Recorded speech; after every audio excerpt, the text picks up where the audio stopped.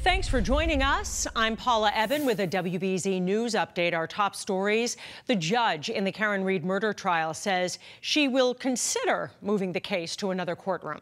Now, the defense says the current courtroom will prevent the jury from seeing the faces of some witnesses. The judge noted today that courtroom's been in use for 140 years, but agreed to consider the move. The alternative courtroom is smaller. One more juror is needed before the case can move forward.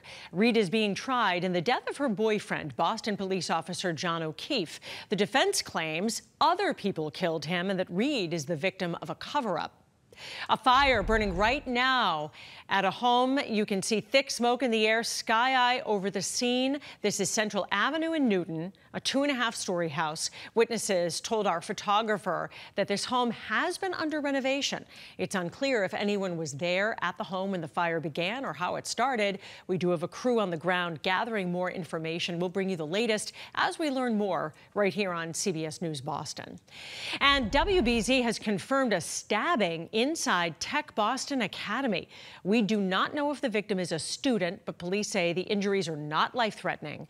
The victim has been taken to the hospital. Our crew is on the way to the scene. Stay with CBS News Boston for updates throughout the day.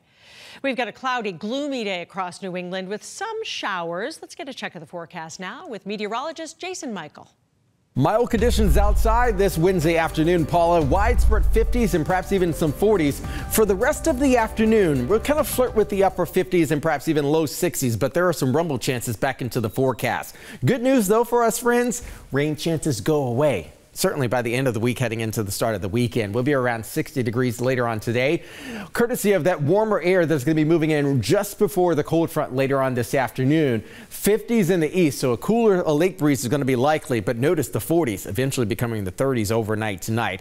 All this unsettled weather is mainly going to be due to a very strong area of low pressure up to the north right now, and we're raking in a lot of the shower activity and perhaps even some rumble south just off the Jersey shore there. But at least for us, mid-afternoon, there's our shower threat and also the band moving through, and there's our dry patch of air also arriving for us. So I believe around 5, perhaps even 6 p.m., we could likely be getting a little bit more sunshine and move back in. But because we have clearing skies overnight tonight, temperatures will be falling at or around the freezing mark. So we do have a freeze watch in effect overnight tonight. I know it may appear though it's late into the season, but climate outlook and even statistically, around the first few days of May is statistically the last freeze and even the last freeze watch.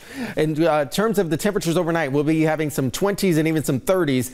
As we move forward here, notice again, there's that band of shower. This is the frontal boundary arriving, everybody. That moves away 5:30, 6 p.m., some clearing in the skies, but also a cooler breeze is going to be moving back in. Clearing skies overnight tonight, a few clouds developing areas south, mainly along the south coast. And even tomorrow morning, we're going to be waking up around freezing in the Worcester Hills and certainly points north.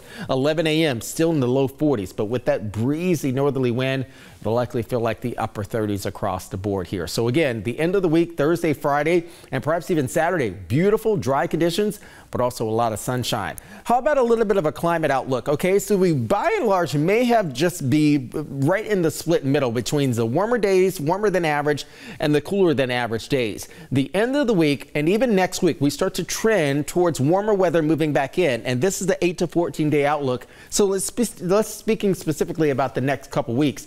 Warmer air will be developing across the lower 48, and that reflects very well in our jet stream pattern. Look at that notch of warmer weather moving north of the border into southern Canada. All this warmer weather has a place to go, and it's coming right here. Here's the next 7. Check this out.